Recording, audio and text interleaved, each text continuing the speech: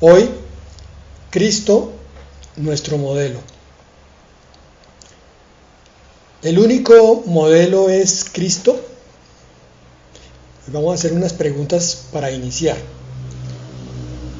Se supone que la respuesta sería afirmativa, pero si el único modelo es Cristo, entonces, ¿por qué a veces el modelo de nuestra vida cristiana es el pastor?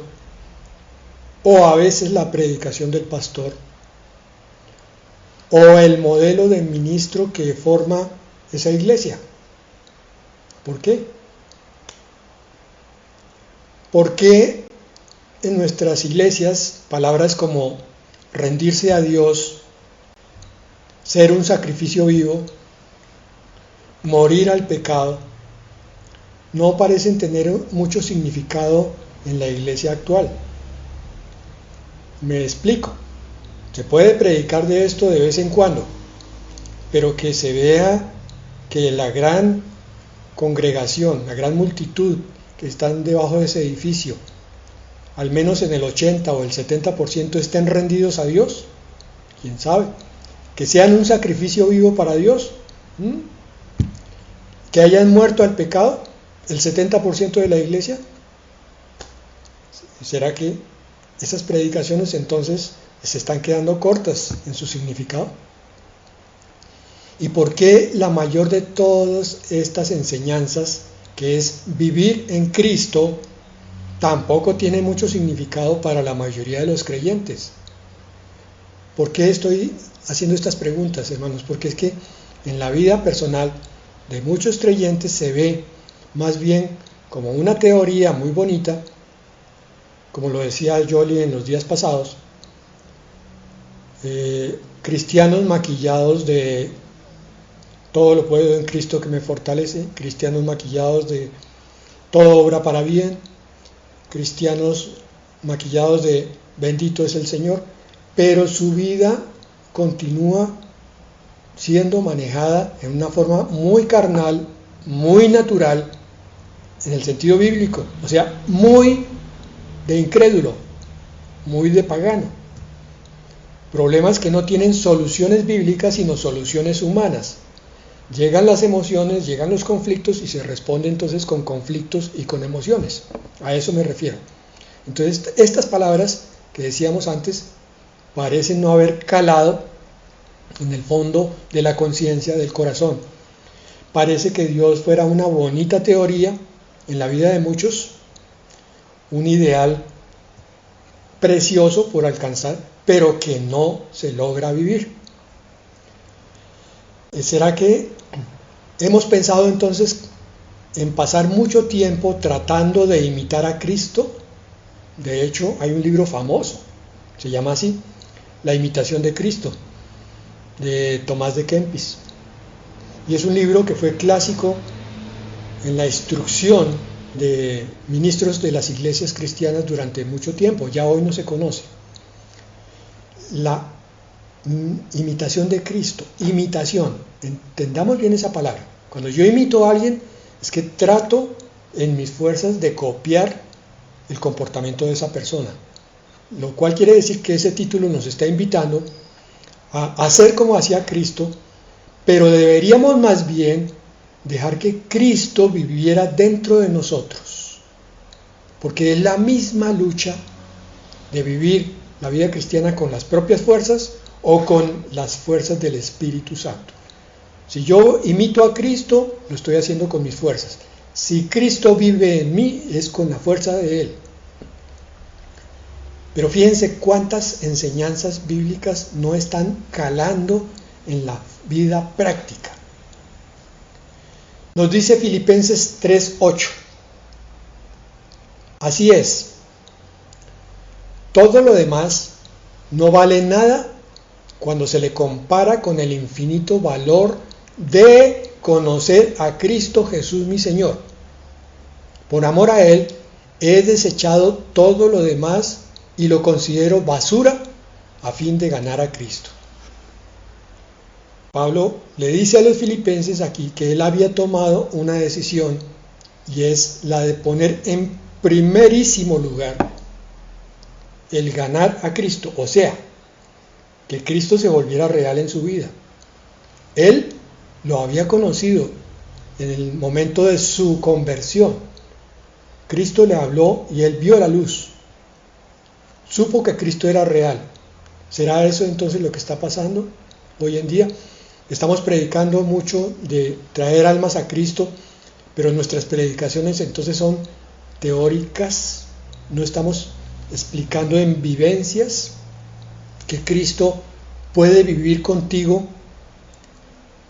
y transformar tu vida en esa forma cercana de vivir con Él. Ese es el significado también profundo de la vida de Enoc cuando dice que él caminó con Dios. De paso, este versículo nos explica por qué muchos no logran ganar a Cristo.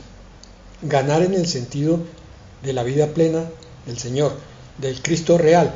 Es porque no han desechado todavía todo lo demás y no lo han considerado basura, y entonces no se puede servir a dos señores, porque se amará a uno y se menospreciará al otro. ¿Cuál es el Señor de tu vida?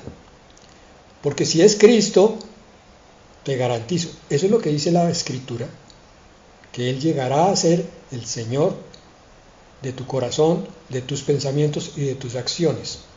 Y de paso, va a liberar todas las cadenas y prisiones que tengas. Y de paso, te va a dar la vista. Y de paso, vas a sentir la libertad. Lee ese pasaje en Lucas 4, cuando el Señor habla de su ministerio de liberación. Continúa Pablo diciéndonos que ya desechó todo lo demás. No sé qué tan basura sea el dinero para ti, qué tan basura sea el trabajo. Ojo que no estoy diciendo que lo abandones, ni el dinero ni el trabajo, pero que lo mires como menos importante que Cristo. ¿Qué tan basura es tu familia? Uy, esto suena terrible, terrible. Que yo tenga a mi esposa como basura, me voy a ganar un sartenazo de los más duros.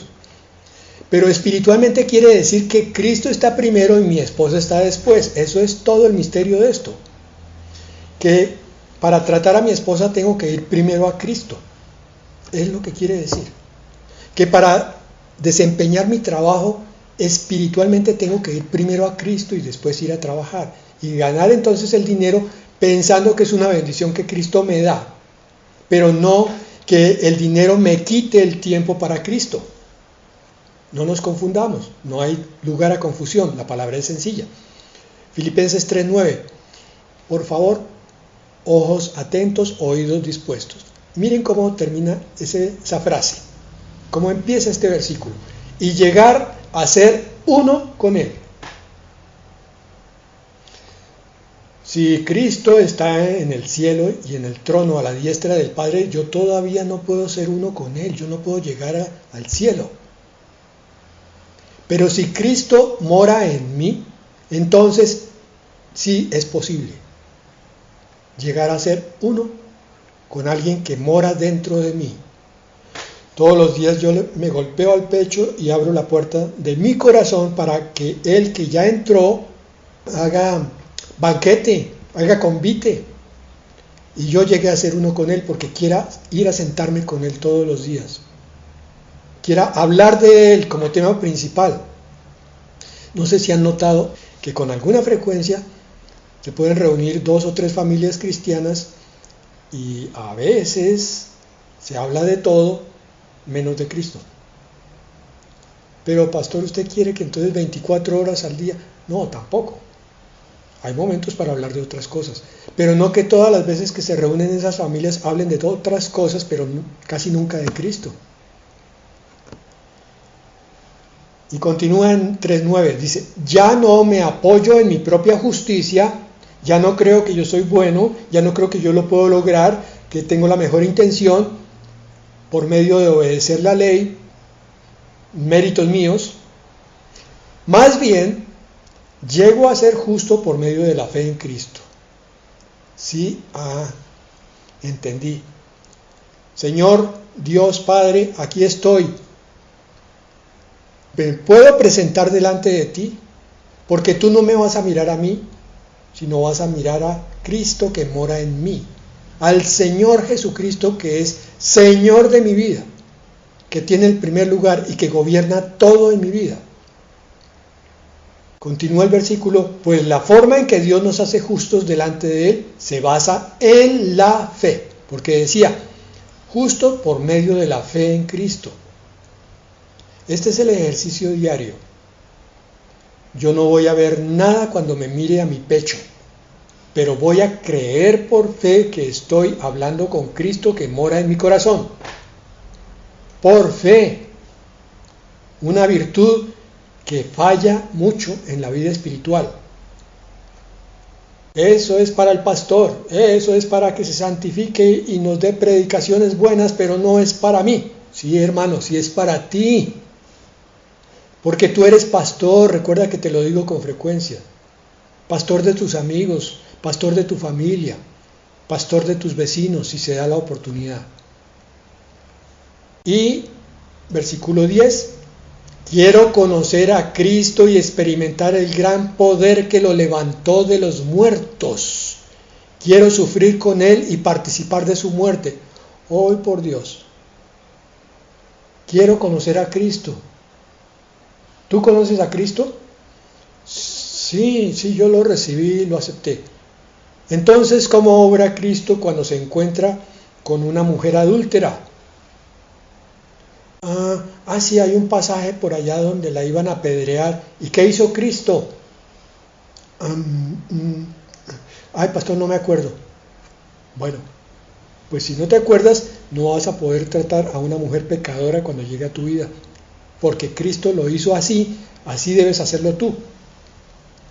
Pero más que eso, es el poder espiritual con que Cristo trató a esa mujer de tal manera que no solo la perdonó, no solo no la apedreó, sino que la restauró con 2 o 3 frases. Él es la palabra salió de Él y entró directo al corazón como un bálsamo sanador, restaurador, y la levantó. Y tú estás llamado a hacer lo mismo. ¿Y yo cuándo? Yo no puedo estar a la altura de Cristo. Tú no vas a estar a la altura de Cristo. Es Cristo el que va a hablar por ti. Pero más que eso dice, quiero sufrir con Él. Aquí hay un knockout espiritual. Y yo que tanto le pedí a Dios que me quitara esta carga, que me quitara esta persona, que me quitara este sufrimiento. Pablo está diciendo, quiero sufrir con Él. Sí, es que es un masoquismo de Pablo. No, es un entendimiento de que cuando hay que vivir la vida en completa paz, uno dice, gracias Señor por estas bendiciones que me estás dando a manos llenas. Pero cuando hay que vivir el momento duro, uno dice, gracias Señor, porque yo no estoy viviendo lo que tú viviste en la cruz. Sin embargo, yo tengo que caminar como tú viviste. El que dice que vive en Él, debe andar como Él anduvo, dice la palabra en la primera de Juan. Si Él gozó en algún momento, por ejemplo, en las bodas de Caná, perfecto, entonces nosotros gozamos, pero cuando le tocó sufrir, nosotros sufrimos. Y entendemos el sufrimiento y lo aceptamos como parte de nuestra vida. Y ese sufrimiento nos ministra, nos da paciencia, nos da sabiduría y nos da consolación. Salimos del sufrimiento, llegamos a otro valle de paz y en ese momento podemos llegar a donde otro sufriente y darle de lo que el Señor nos dio a través de ese sufrimiento. Qué distinto. El sufrimiento ya no es solamente un ataque de Satanás que hay que partir en pedacitos. Ahora es algo que Dios permite para que tú crezcas. Ahora es una bendición escondida. Y 3:11, vean por qué el sufrimiento. Para poder experimentar de una u otra manera la resurrección de los muertos. Yo resucito a partir de la experiencia dolorosa. Señor, tú moriste en la cruz. Dame la fuerza para soportar este momento y para ver la gloria y la luz después de esta oscuridad. Y el Señor viene Y uno dice, wow, lo que me había perdido, ahora estoy entendiendo. Hermanos,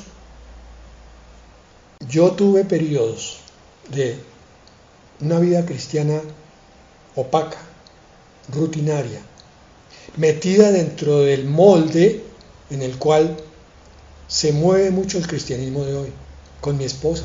Nosotros nos acercamos a iglesias que nos invitaban de todas las denominaciones, y unos con un culto así y otros con un culto asá, una administración así y una administración asá. Íbamos nosotros, y sin embargo algo pasaba allí dentro. Yo decía en mi interior, algo falta. ¿Qué es lo que falta? ¿Por qué esta iglesia o esta administración no me está colmando? ¿Por qué la palabra dice una cosa y estoy encontrando algo que parece menos en la vida práctica cristiana? ¿Por qué este pastor que se para delante de 200 personas o más dice una cosa en el púlpito y cuando está conmigo dice otra? ¿Por qué a veces me defrauda su actitud como pastor? ¿Por qué me defrauda la actitud de las ovejas de mi congregación a veces y también a veces la de otras congregaciones? Todos esos vacíos, en esos momentos no los entendíamos y buscábamos al Señor para que nos diera la respuesta y el Señor nos dejaba continuar. Pero yo hice alguna vez un voto con el Señor y le dije, Padre, por favor no me dejes extraviar en medio de tanta diferencia que veo en la iglesia de la derecha, la del centro y la de la izquierda. Porque esta viene de una denominación y esta viene de otra. Porque esta dice que las ovejas son suyas y esta no, y esta predica de la comunión una cosa y esta, y encontrábamos una cantidad de contradicciones. Pero lo peor de todo era no encontrar esa plenitud, esa llenura. Íbamos por pan y salíamos con hambre. La respuesta está en esto que estamos hablando de un tiempo para acá, mis hermanos. Hasta que tú no conozcas al Cristo que mora en ti, hasta que no establezcas la relación directa con Él, entonces no vas a poder tener una llenura en tu congregación, en tu iglesia, en el ministerio que tu pastor te ponga a hacer. En los defectos y las fallas que él como hombre pueda y tenga de hecho, porque ningún pastor es perfecto, todos somos seres humanos, todos seguimos con nuestra carne a cuestas.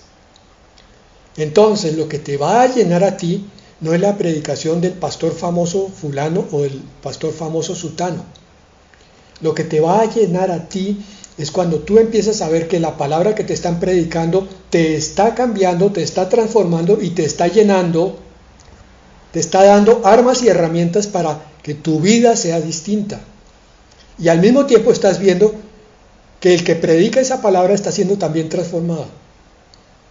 Porque estás mirando ya no al hombre, sino al autor de la palabra y le estás dando a él las gracias porque te está dando la solución que no encontrabas por ninguna parte. Lo dijo Pablo, quiero conocer a Cristo y experimentar el gran poder que lo levantó de los muertos. Nuestra vida cristiana consiste en pasar por esos valles, es como lo que le ocurrió a los israelitas. Tenemos que caminar por el desierto, donde no encontramos la plenitud de la vida cristiana, para llegar finalmente al reposo de la tierra prometida, que es donde la palabra finalmente se hace realidad, se hace luz. Y uno dice, ahora sí siento mi vida cambiada, ahora sí siento que hay plenitud, ahora sí siento entusiasmo por esta palabra, ahora sí siento la presencia de mi Dios, de mi Señor Jesucristo en mi vida. Ya no estoy más solo. No, hermano, nunca lo estuviste. Pero Cristo estaba dormido en la barca para levantarse en medio de la tempestad y que llegara la calma.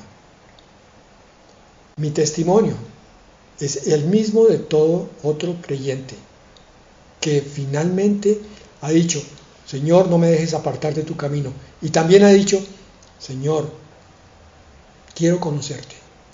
Lo dijo Pablo. Señor, quiero tener una relación plena, íntima contigo. Que no sea solo la palabra en teoría. Que no sea solo ese cristianismo vacío que se convierte en una carga pesada. Porque yo veo lo hermoso que es la palabra, pero no lo logro poner por obra en mi vida. Y tampoco veo que los demás la estén poniendo por obra. Entonces mi cristianismo me oprime. Señor, ¿dónde está la respuesta? La respuesta es Cristo. Él es tu modelo. Porque hasta que no encuentres que Dios hizo todo lo que ves en tu vida, está con un propósito para ti, lo bueno y lo que tú llamas malo. Todo tiene propósito en el plan de Dios. Por eso Él permite el pecado en este mundo. Por eso Él permite el sufrimiento. Para que allí surjan los corazones que dicen, no importa, Señor, yo solo quiero estar contigo a pesar de pecado, a pesar de problemas, a pesar de no ver las cosas. Yo quiero continuar hasta llegar a la tierra prometida. Si no te encuentro, Señor, no tengo nada, no tengo vida, porque tú eres mi vida. Pero hasta que no lo digas como convicción, no como solamente un concepto, hasta que tú veas que tu Dios está contigo desde que te despiertas hasta que te acuestas y mientras duermes y vuelves y te despiertas, y que tu día siguiente tiene plenitud de sentido, aunque no hagas mayor cosa o aunque tengas demasiadas ocupaciones, porque descubriste el Dios de todo en todo. Ahora sí, con Cristo en tu corazón, puedes ver hacia afuera un panorama luminoso y hacia adentro también. Pastor, pero usted no está viendo lo que está pasando en el mundo. Sí, hermano, lo estoy viendo. Y no crean, todos los días recibo noticias, oigo cosas increíblemente dolorosas y trágicas. La última que vi fue una foto terrible donde hay pedazos de cuerpos humanos por aquellos que están comerciando incluso con carne humana. Eso es terrible, hermano, cuando uno lo mira en el espíritu, pero es necesario que todas esas cosas ocurran. Es necesario que lo que tú estás viviendo en tu casa ocurra. Es necesario que tu enfermedad ocurra para que se pruebe cuál es el corazón tuyo. Para que se pruebe si tú en realidad quieres un matrimonio con tu Dios, con tu Cristo. Quiero conocer a Cristo y experimentar el gran poder que lo levantó de los muertos. Y por eso el Señor en su palabra nos da esa tremenda analogía entre el matrimonio y lo que es la iglesia y Cristo. Y hasta que la iglesia no se levante como esposa de Cristo, con la misma convicción, no vamos a ver lo que el Señor realmente quiere para esa iglesia. Me explico. Una novia que se encuentra con un novio una vez, lo conoce y queda completamente enamorada de él y quiere seguir recibiendo más de él, de lo que él dice, de cómo lo dice, de la vida que él plantea. Y lo busca con amor, con fuego, con pasión. Y quiere estar todos los días de su vida como novia junto al novio. Y quiere conocer más de él. Y quiere recibir más de él. Pero no es eso lo que vemos en la iglesia cristiana de hoy. Vemos aburrimiento, vemos frialdad, vemos indolencia, vemos indiferencia. Vemos apostasía. Vemos infidelidad. Vemos falta de compromiso. ¿Cuál novia enamorada? ¿Por qué? Porque no se le ha presentado un novio real. O si se le presentó, el interés no ha sido decidido. Esto es algo que tú decides. Mira, ¿qué hace un novio con una novia? El novio le propone matrimonio. Ya el Señor nos lo propuso. ¿Qué hace la novia con el novio? Decide si se casa con él o no. Y si decide casarse, se declara comprometida y dedicada a él, a nadie más. No se puede servir a dos señores. Esa novia se vuelve fiel, se vuelve amante, ardorosa, apasionada de su novio. Quiere oírlo en todo momento, que lo llame, quiere hablar con él, quiere leer sus cartas. ¿Vemos eso entre los cristianos hoy? Repito, vemos aburrimiento, vemos apatía, vemos cierta resignación. Ay, otra predicación. Cada vez que te preguntes qué quieres en tu vida cristiana, piensa en tu sueño de lo que es un noviazgo hermoso, un noviazgo poético. Porque cada vez que yo me abandone a ser usado por Dios, estoy caminando en su voluntad. Eso todavía no lo ha captado la iglesia. En cambio, cada vez que yo haga lo que a mí me conviene o lo que creo, o lo que me parece, me estoy saliendo de ese camino de la voluntad de Dios. Y es eso lo que estamos viendo. Cristianos que caminan con su conveniencia, con su interés, con sus emociones, con lo que les parece, pero no están apasionados por Cristo. Cristo es tu modelo. Cristo es lo que tú tienes que procurar, permitir que Él viva a través de ti. Que cada vez que tú hables, en realidad esté hablando el Señor Jesucristo de tu vida. Que cada acción que tú hagas sea la que Él quiere hacer en ti y llevarte a donde Él quiere. Hoy ponía un ejemplo de la vida cristiana de muchos. Es como un carro, un automóvil que no tiene motor, pero que quiere subir una pendiente y el conductor está dentro y trata de subirlo y trata de subir, entonces finalmente se baja y lo empieza a empujar. Termina cansado y el carro no sube. Igual, vida cristiana de muchos. O al contrario, ese carro sin motor está en una pendiente y sin frenos y empieza a rodar hasta que se termina estrellándose, porque le falta lo principal, que es lo que controla el carro. Esa figura es incompleta porque en realidad el Señor Jesucristo con el Espíritu Santo quieren ser tu motor y tu chofer, que tú seas el carro que se deje llevar a donde Él quiera. Cuando tú entiendas eso, vas a ver que a donde quiera que Él te lleve, va a ser siempre la mejor decisión, la más hermosa, la más perfecta, la más sabia. Para eso necesitas el motor y el conductor, y los tienes, son el Espíritu Santo y el Señor Jesucristo.